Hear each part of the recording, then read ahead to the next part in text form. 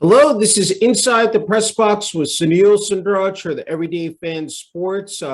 Today, I'm happy to be speaking with Jason Agresti, a catcher within the Jersey Jackals in his fourth season overall, and recently selected to the Frontier League AllStar Team. Jason, congratulations, said on the AllStar selection, and great to be said speaking with you once again. Sunil, thank you. Thank you for having me. It's always a pleasure to sit down and chat. Hey, before we came on there, we're just talking about again, the way the New Jersey Jackals in terms of offensive numbers have just been potent this year, and looking at your stats, hitting 304 with 4 home runs, 24 RBIs in 50 games, 34 runs scored, 55 hits, 12 RBIs, and 815 on base plus slugging percentage. Again here, you've seen every year, I said, your numbers go up rapidly, and to see again your hard work pay off this year, named to, I said, the Frontier League All-Star Team, and getting to play that in the game next Wednesday at Wild Things Park in Washington, Pennsylvania. I mean, this has got to be one of those accolades and accomplishments that stacks right up there for you, Jason. Yeah, absolutely. I was honored to be selected. It was, one of the goals that I had coming into the season that I wanted to play in that game. So to hit that goal was very rewarding, and I'm looking forward to the opportunity. There are going to be a ton of great players that take that field, so it's going to be an honor. Yeah, that's wonderful. Just talk about, I said, this year, I said, looking at those stats and just what you've been able to do, I said, at the plate. Talk about that, Jason, in terms of your offensive game. I mean, my goal is always to try and be as consistent as possible. You're going to go through your peaks and valleys through a season, but if you keep showing up every day, putting in the work, putting in the time, the baseball gods are going to reward you, for lack of a better phrase. Yeah. So that's really been it. Showing up with the same attitude, staying positive, trying to get through those valleys and enjoying those peaks. And that's really all you can do as a hitter. There's not much we control in the box, but if you control the controllables, then you're going to put yourself in a place of success. Yeah, no, that you hit it right on the nail. Hey, don't want to forget, joining you, our teammates, first baseman Dalton Combs, leading the league and hitting near 400, 49 RBIs, the 23-game hitting streak. Josh Waywell, 338, 48 RBIs, leading the league in home runs with 19, and Justin Wiley hitting near 341 RBIs as well. Talk about how special that is, Jason, to have, I said, your 3 other teammates, joining you. I said, on the All-Star team, and, again, playing, in next week's game. I mean, it's awesome. What those guys have been able to do throughout the season so far has been a joy to watch. Josh, every time he gets up, he seems like he's just smoking a ball somewhere. Dalton was the hottest hitter on the planet still is, for the past 5-6 weeks. And then Wiley has the ability to put a ball out whenever he wants. It's a joy to watch. I can't wait to take the field to the All-Star game with those 3 guys. It's gonna be a ton of fun. Having them back from last year, just builds on our camaraderie, and they're great teammates. Yeah, that's fantastic. And let's not forget Alfredo Marte. I mean, Alfredo, I said, is again having another breakout season, 12 home runs. It said 47 RBIs. So I mean, it said again, this team, this lineup. I mean, it said when you guys go out there on a daily basis, I mean, you guys really can put, said, in terms of the numbers up, runs scored, said home runs. Just talk about that. I mean, how good of a feeling is that to have that type of lineup, 1 through 9, Jason? I mean, it really is incredible. We know as a lineup that we're never out of a baseball game. Whatever the score is, we have the ability to match that or take the lead. It's as simple as that. We have essentially our entire lineup back from last year, so it's not like it's our first time taking the field together. We know each other's strengths, so we try to work to those and exploit them. Yeah. It's as simple as that. And when you have Marte at the center of the lineup, his veteran presence, It's incredible, Yeah. it really is. Yeah, no, that's true. You can have someone who can be a real difference maker. Talk about second year in the Frontier League. Last year, 2021, hit 316, 8 home runs, 39 RBIs. I think an 862 on base plus slugging percentage, 47 runs scored, 85 hits, and 15 doubles. I'm warning from 2021, your first year in the Frontier League, and then going to the off season, what you were able to do in terms of, preparing here for the 2022 season. And again, the numbers, I said reflect, I said what you were able to do. I'm just wondering what you were able to put, all that work, in the off season, said getting ready for this year.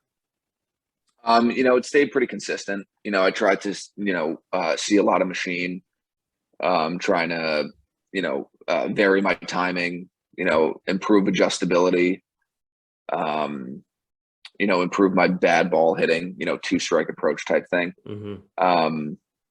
But like I said, I wanted to stay consistent. I think I found something that worked last year. So I wanted to build on that, try and improve on that, not necessarily change anything, but just get better, get a little better each day. I think at this level, what's the difference maker in a lot of players is the mental side of the game, Mm-hmm. So trying to build a stronger mentality, trying to stay more positive, and in some instances, I think that can go a long way. So in the off season, as much as you want to improve the physical side of the game, you want to also build on the mental side of the game. Yeah. So I think that's one thing that that sticks out to me when I think about my past off season, Mm-hmm. was just trying to improve a little bit more on the mental side of things. Yeah, though, that's an excellent point you made, because I was going to say there are a couple of factors, and I ask athletes about this: strength and conditioning, nutrition, mental health, rest and recovery, because they all factor in. As it's a grind. I mean, even going back to the Can-Am League, now here in the Frontier League, you're playing close to 100 games, said in the span of 4 or 5 months, not even. I just, had to ask you about that, getting yourself, your body, prepared for that type of rigorous schedule, Jason. Yeah, I mean, a lot goes into your nutrition, the physical side of things. Like I said, I mean, in the off season, I'm pretty much in the weight room, going through, specific strength programs for, 6 days a week, 5-6 days a week at minimum. So when you couple that up with, a good eating plan, a good eating regimen, then the improvements are gonna come faster, So like if I'm not going through and I'm not eating the right things, whatever I'm, doing to my body in the weight room isn't necessarily going to show maybe at all, but definitely not as quick as it would if, I'm putting the right fuel in my body. I like to think of, we only got one body, right? So why not take care of it? Why not fuel it like a high-end race car type thing, Yeah. So, yeah, those are two huge things that play in, especially like you said, in a long, rigorous season, like the one we're in, where we play 96 games, and you said 4 or 5 months. I think it's 3.5 months. Yeah. Yeah. So we go through long stretches. So to be able to recovery is also a huge thing as well.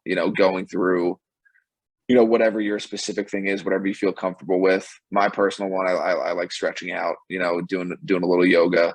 I think that helps me on a day-to-day basis, especially, Mm-hmm. when my legs get tighter, they feel a little fatigued, after catching, 4 or 5 days in a row. So those are all good things that play into the off season, and then you try and carry them into the season, because, obviously your schedule changes. Stuff's going to pop up. You're going to have travel days. Mm-hmm. So, getting whatever you can get in, sticking to, some sort of a healthy eating plan. It's not always easy, but, getting in the weight room a couple times a week to make sure you're maintaining some strength and not, completely losing it. That's going to help out for the full season. Yeah, no doubt about it. And, I was saying that you have, one time you may have a night game. The next thing you have an early morning game at 11 o'clock. And it's just, that's not easy to have that quick turnaround. Sometimes, you only have several hours to get some rest. And then, be able to stretch out. We talk about having, that durability, that flexibility in terms of, that I'm sure, as you said, yoga's, again, excellent method, in terms of, keeping your body loose, Jason. Yeah, no, absolutely. With those quick turnarounds, it's not easy to recover and then prepare at the same time, but you got to find a way and make it happen. You can't make any excuses. Everybody's in the same boat, so no one's feeling bad for each other. As you said, you play one of the most demanding positions, catching. That's not, I mean, the toll it takes on your knees and your whole body entirely. I'm wondering, just in terms of your preparation for a game itself, are there certain, or particular methods that you employ that you go through on game day just to get ready for, playing the position for the game as well, Jason? I mean, in terms of stretching out or anything like that, I'll go through, 15, 20 minutes of yoga, nothing in particular, but just something to, prepare myself mentally and also physically, get a little bit of recovery at the same time. Then I'll head out to the field. I'll go through some, various catching drills that I like, little progression to get my eyes loosened up, to get my eyes warm, ready to receive pitches, ready to block pitches, ready to transfer. So that's something that I'll go through, daily if I'm behind the dish on that day. And then I'll go through, my throwing stuff with the starting pitcher.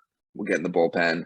So it's really nothing crazy, quite honestly. But I do like to set aside that time to get my own, catching warm up in before I have to go and work with the starting pitcher. Yeah. You have to do a lot of multitasking, you have so many responsibilities in terms of, being a catcher. I'm just wondering, how you're able, and then you have to get up at the plate. Just wondering, when you're behind, as you said, behind the dish, I mean, you're in action, of course, with the starting pitchers, even relief pitchers. Just what, I mean, take people behind the scenes. Because I'm sure, when you're at training camp, you go over, I said, a lot of work, what goes into, and it said a game itself, but just talk about those moments in game, what, just for you personally, Jason. Mm-hmm. So there are definitely a lot of things that happen throughout just one game. When you're catching. So, you'll come in after, be on the defensive side of things, and you'll be chatting with the pitcher, trying to understand, okay, maybe he wanted to throw this pitch in this situation. Maybe he shook you off to a different pitch. So trying to understand his mindset and getting on the same page with that. And then I might be on deck. So as I'm having this conversation, I'm taking off my catcher's gear and I'm putting on my batting gloves, whatever Evo Shield protective stuff I wear. And also trying to prepare mentally for the at-bat that I'm about to go into. So I have to be really good at compartmentalizing, okay, I'm having this conversation with the pitcher to understand a little bit more about, what his thought process was in this moment. Maybe we talk for, a minute or so. And then as I'm walking to the on-deck circle, I'm flipping that script in my head to then be like, okay, I'm going to be present in the batter's box. That's where my mind has to be. I can't be worrying about, what happened on the defensive side of things, last inning, maybe I let a block get past me or something. I have to be able to, put that in the rearview mirror and be like, I can't change anything about it. The only thing I can affect is the at-bat that I'm about to be going into, so say there's a leadoff double or whatnot. Now we got a guy in scoring position. Now I have to do my job. My job now changes a little bit because now I have to either get him over to third or score him, So being able to, like I said before, compartmentalize certain situations, compartmentalize defense and offense while also staying in the moment, staying present in the moment is going to be huge because, say I go up to that at bat and, I have a terrible at bat, I strike out on 3 pitches. Now I'm obviously going to be pissed off at myself for letting that happen. I let my team down by not getting that guy over from second to third or scoring him. So now I'm pissed. But then once I go back out, to catch, I got to be able to put that bat at bat in the review mirror as well. So I got to push that one aside and be like, okay, now my job changes in this moment.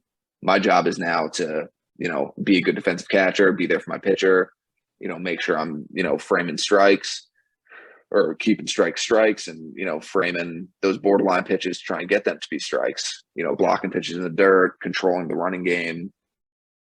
So a lot changes moment to moment as a catcher. So, my best advice for, a young catcher coming up is learn the skill and practice the skill of putting stuff that just happens in the past. It's not easy. It's not an easy thing to do. Yeah. But if there is, it's like I said, it's a skill. By practicing it, you're going to get better at it, but you can't carry too much weight and stuff that happens, learn from it, and then throw it aside because another opportunity is about to present itself. Yeah, no, sound advice, for those young catchers. I'm wondering, you talked about the yoga component. I'm wondering, like post game, recovery. I wonder it's a lot of ice, Jason, and just like what you're doing, like I said after the game ends, I said, how that works out for you, because it said, again with the physical, I said, almost pounding you take, I said during the course of 9 innings. Yeah, I mean, post game, I ice every now and then. I'll ice my knees down, but I found a pretty good anti-inflammatory cream. Okay. Like a topical that, I'll rub on my knees, my ankles, quads, hips. Yeah. So I'll pretty much shower my lower body in that stuff, which has been seeming to help. It takes away a little bit of that edge that you get, that little ache after games. So I'll do yoga pregame. Every now and then I'll do yoga the next morning as well, as a little type of recovery type thing. But I like getting in the gym. I like getting a little workout in the next day, moving the body around, getting a little sweat, something like that. It's great. Hey, I wanted to ask you about playing at Yogi Berra Stadium, putting that Jackals, jersey on, that number 29. What has that represented to you personally here, 4 years, playing there? It represents a lot of growth, I think, a lot of personal growth, getting older, getting smarter, getting wiser, all that good stuff. But, I'm very fortunate that I play close enough to home where I have family and friends that come and watch fairly often. I think that's very special for my family to be able to, consistently be able to watch me compete. It's funny too, because my younger brother is 17. He's, going through the summer circuit and getting ready for college and all that stuff. So to be able to still watch both of us compete at 2 completely different levels, I think is very special for my parents. I know they enjoy it. I know they're just as invested in both of us. So it's cool. So that's probably what that means. That's great. I mean, there's so much tradition with this organization. Of course, you have Yogi Berra Museum there, and it's just there's so much prestige to it. We're going to also, I don't want to forget, I believe manager Brooks Carey, the coaching staff. Just talk about what they've meant to you here these 4 years in terms of your development as well as a player. I mean, I can't say enough good things about Brooks. He gave me my opportunity in 2019. He traded for me, and I was able to take that opportunity and run with it, and he's the reason I keep coming back. He's a great manager to play for. He brings in, good guys in the clubhouse, guys that I enjoy being around. So he's been just an absolute joy to play for. That's great. And just have a couple more, Jason. I can't thank you for the time. I'm just wondering, when we talked last year just about your journey, said to reach this point, you're playing. I mean, this is going back a number of years, but playing for Denver in the New England Collegiate Baseball League, attended Binghamton University. I'm just wondering from those days and just, seeing that, at every stop, I'm sure that you were able to take away something, learn new things. Just talk about that. I mean, again, and even here, playing in the Can-Am League and now onto the Frontier League. Just talk about that. No, it's been the amount of growth, all the experiences that I've gone through have been, what kind of mold me into the person and the player that I am today. You know, I think going to Binghamton University and playing there for 4 years was probably one of the best decisions I've ever made. I made connections with, players and friends that I'll have for the rest of my life. The coaching staff there was as invested in you as a person as they were as a player, and I think that really sticks out to me and is a reason why I have been molded into, the person and the player that I am today. Yeah. I give them a ton of credit for sticking to that and, looking for those attributes in players when they're, going through the recruiting process. They're not just looking for, the best player on the market. They're looking for the best player and person, that they can get. So I think that's ingrained in me almost. Yeah. So those experiences have just, helped form me into, the person that I am today. Can't forget about, of course, Kennedy Catholic High School. Say your hometown, Yes. Yorktown Heights. I have to ask you what the reaction is. Of course, in your hometown. Said here with being selected to the Frontier League All-Star team. Going to Kennedy Catholic was probably the first major baseball decision I made. Going to play for Coach Fletcher over there. He probably actually started the who I am today. Like I said, before, he was probably the beginning of that. He was a great player coach, helping you get recruited to college, but he was a great person as well off the field. He had stories from, his days, working in the DEA and the FBI, and like he goes on, but it's just, it was a pleasure over there. And, getting selected was it's just an honor, and everybody's reaction, sending congratulations is great, but, I'm looking forward to the opportunity. Yeah, no, it's again, it's really cool. I'm wondering, you talked about your family.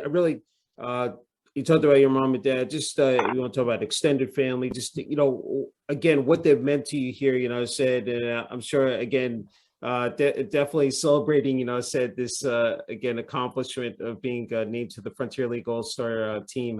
Just talk about this.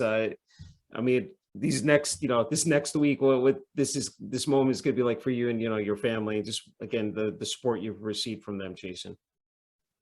I can't say enough about it. Everybody's reaching out and sharing their congratulations.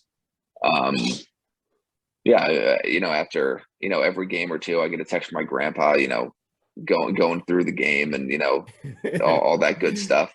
Yeah. So everybody's invested. It's great. It's amazing to have that level of support in your family. Everybody's pulling for you. Everybody wants you to do well. And it's funny when you don't do as well, it feels like they're almost more invested than you are, but it's great. I can't say enough about it. My family's support has been incredible. That's fabulous. Hey, before you get the last word here, I'm just, when it comes to the game of, actually two of them, when it comes to the game of baseball, and you've been playing for a long time, I'm just wondering some of the intangibles that have stood out. I'm sure, like, said, all the memories that you've built up. Just what makes the game really for you so special to play, and you continue to do so? They said you're getting older, as you alluded to, but just the fact that you're so passionate about it, Jason. I think going back to what I was saying before, to be able to, flip the page and move on, to have a short memory, I think that's one of the most challenging things about baseball. And I also think it's one of the most enjoyable things about baseball, because if you can harness that talent, then baseball becomes more enjoyable. It sounds funny, but if you're able to, put that 0 for 4 in the past, the day before, and focus on the current day and the current opportunity, playing the next day, then you carry less weight with that 0 for 4. You don't worry about it. You don't dwell on it. Maybe you reflect on it a little bit, think about, opportunities that maybe you missed or, whatever the situation may be. But it's so challenging to be able to do that. But if you can, baseball becomes more fun to play. Yeah. Yeah. So Yeah. that's one thing that sticks out. Mm-hmm. I mean, I could probably go on and on about other beauties of baseball, but that I think is one that sometimes gets overlooked and I think discourages a lot of younger baseball players from playing. Mm-hmm. But to maybe not enjoy the hardships, but to not let it crumble you, I think is powerful. Yeah, no, it's important life lessons. I'm just wondering, just in terms of, oh, I almost lost my train of thought here. I was going to ask you, sorry, and now it went by the wayside. But yeah, you talked about kids. What your advice would be for those younger kids, those younger athletes out there. So there's so many challenges out there today, so much competition. You got the social media, aspect. I mean, just what would you tell those kids, as they're trying to work their way up the ladder? And, maybe, said baseball is their thing and try to, find success. What would you say to them, if they're watching, going to watch this interview, Jason? I would say to use social media because there are so many people out there that offer great advice and to use that. It's so easy to reach out to somebody. It's so easy to get connected with somebody in today's current environment, via, Facebook, Instagram, Twitter, TikTok now. It's so easy to find good mentors, so back in the day where, kids never had, proper coaching, that's kind of unheard of now because it's so easy to find coaching, and maybe some people, on social media might not have the time or whatever, but there are others, so if you have a question, if you have, if you want something to be reflected on, to reach out to somebody, because I know that there are people out there that want to help. I have my own catching page, Backstop University. I run through with Velo University on Instagram. And, I constantly want to help the next generation of catchers, being able to work with them, even if it's a text back and forth, 2 texts back and forth. If I can help that kid get over something or learn something, that's what it's about for me, So to use social media would be my advice. Reach out to those mentors, to those coaches. If you have an issue, try and get it resolved. There are a lot of resources out there right now.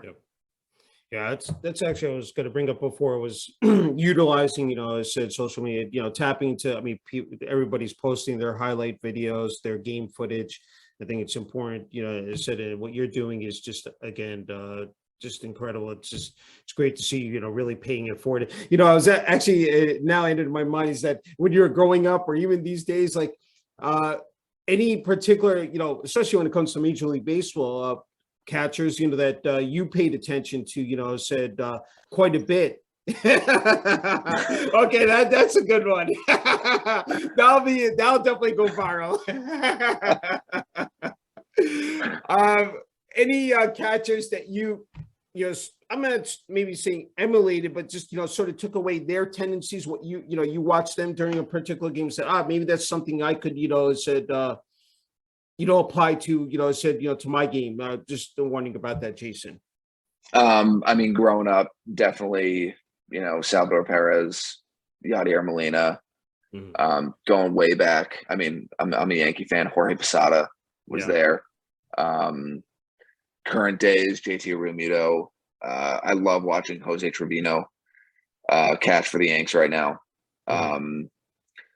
One thing I found that helps is I think a lot of athletes are visual learners. So if you go and watch like a highlight film of, whatever your favorite catcher is, I think athletes in general put an image in their mind of what that actually feels like what them, performing that action feels like.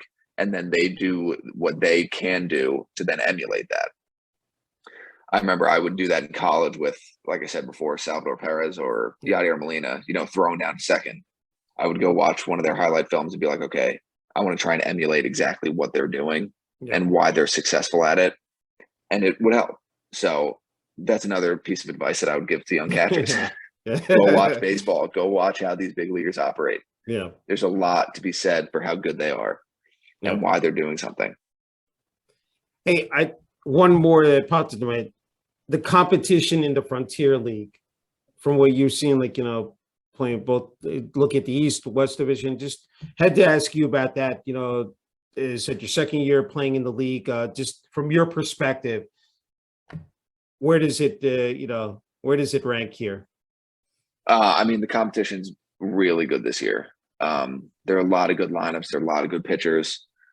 The difference in record, I think, from the best team to the worst team is not a lot of talent. I think it's a lot of, doing those little fine details in order to win baseball games. Yeah. I mean, you look at the Quebec Capitals, and I mean, they win those close baseball games. They do those fine details. And I think that's why, they're, what are they now? 17 games over 500, whatever it is. They do those fine details. The Wild Things do those fine details. So I do think that's the big difference maker. I think the talent is really good, really, really at a high level across the board. But those fine details are what are going to win you baseball games and are going to lose you baseball games, Yeah, no, definitely. Okay, Jason, you get the final word here. Family, friends, current teammates, coaches, past, teammates and coaches, the New Jersey Jackals organization. I give you the floor, Jason. I think I paid enough homage to everybody in this one. I got no last words. All right. No, thank you, Sunil. I enjoy being on with you every time. This was great. I enjoyed it, and looking forward to the next time. Yeah, it said it just an incredible honor and privilege. It said congratulations again on your success, especially with the Frontier League All-Star selection. Looking forward to seeing you, play in the game. I said next Wednesday at Wild Things Park in Washington, Pennsylvania, Wednesday, July 20th. And keep up the great job. Said here with the New Jersey Jackals, Jason. Thank you. I appreciate it.